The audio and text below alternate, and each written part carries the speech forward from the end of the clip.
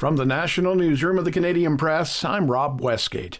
As U.S. President Donald Trump continues to cast doubt on the future of the NATO military alliance, Canada is looking to partner with the European Union on defense. Queen's University's Christian Leuprecht says Canada could help the Europeans build arms with much cheaper energy and by running their technology off of data centers. He also says it would demonstrate that Canada is making moves to mend its history of modest defense spending and bringing down barriers to energy exports across the Atlantic. There's a widespread belief in Europe that Canada has not been a reliable and reputable partner when Europe has needed Canada. And so here's an opportunity for Canada, if we want to get that signed. The politics of defense are an important component of that. The so-called rearm Europe plan includes loans for military production that could involve other countries, and Prime Minister Mark Carney says he wants Canada to be a part of it. Denmark's Prime Minister is blasting reports that the U.S. has stepped up intelligence gathering on Greenland. Mette Frederiksen told the Associated Press, quote, "You cannot spy against an ally." Denmark called the top American diplomat in the country under the carpet yesterday. The move comes after a Wall Street Journal report said U.S. agents were ordered to learn more about Greenland's independence movement and the current sentiment about U.S. resource extraction there. The semi-autonomous Danish territory has been publicly coveted by U.S. President Donald Trump. For those keeping track, Pope Leo XIV has celebrated his first Mass with cardinals in the Sistine Chapel following his historic election as the first North American Pope. But he might not have long to relax into the role, with the first possible foreign trip coming up at the end of the month. Now, his predecessor, Pope Francis, had been invited to travel to Turkey to commemorate the 1700th anniversary of the First Council of Nicaea, a landmark event in Christian history and an important moment in Catholic-Orthodox relations.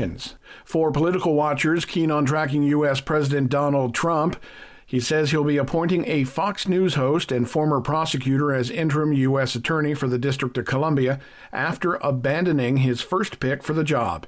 Here's reporter Rhiannon Alley. President Trump has named Fox News host Jeanine Pirro to be the interim top prosecutor for Washington, D.C. Pirro is a former district attorney, judge, and longtime Trump ally who pushed false claims of 2020 election fraud. Trump initially nominated conservative activist Ed Martin, but Martin failed to get enough Republican support because he defended the January 6th rioters. Pirro is just the latest in a string of Trump appointments that come from Fox News. And finally, a miniature dachshund named Valerie, who was lost for 18 months on an Australian island, is back with her owners. An overjoyed and tearful Georgia Gardner says despite spending 529 days apart, Valerie ran straight up to her when they were reunited. This is the Canadian Press. In sports, Leon Draisaitl scored in overtime as the Edmonton Oilers beat the Vegas Golden Knights 5-4 to take a 2-0 lead in their second-round NHL playoff series. Elsewhere, Connor McMichael and John Carlson scored. Logan Thompson made 27 saves, all as the Washington Capitals beat the Carolina Hurricanes 3-1 in Game 2, tying their second-round series at a game apiece. Joel Quenneville is returning to the NHL with the Anaheim Ducks for his first head coaching job since he resigned and was banned from the league in the wake of his handling of a sexual assault scandal during his tenure with the Chicago Blackhawks.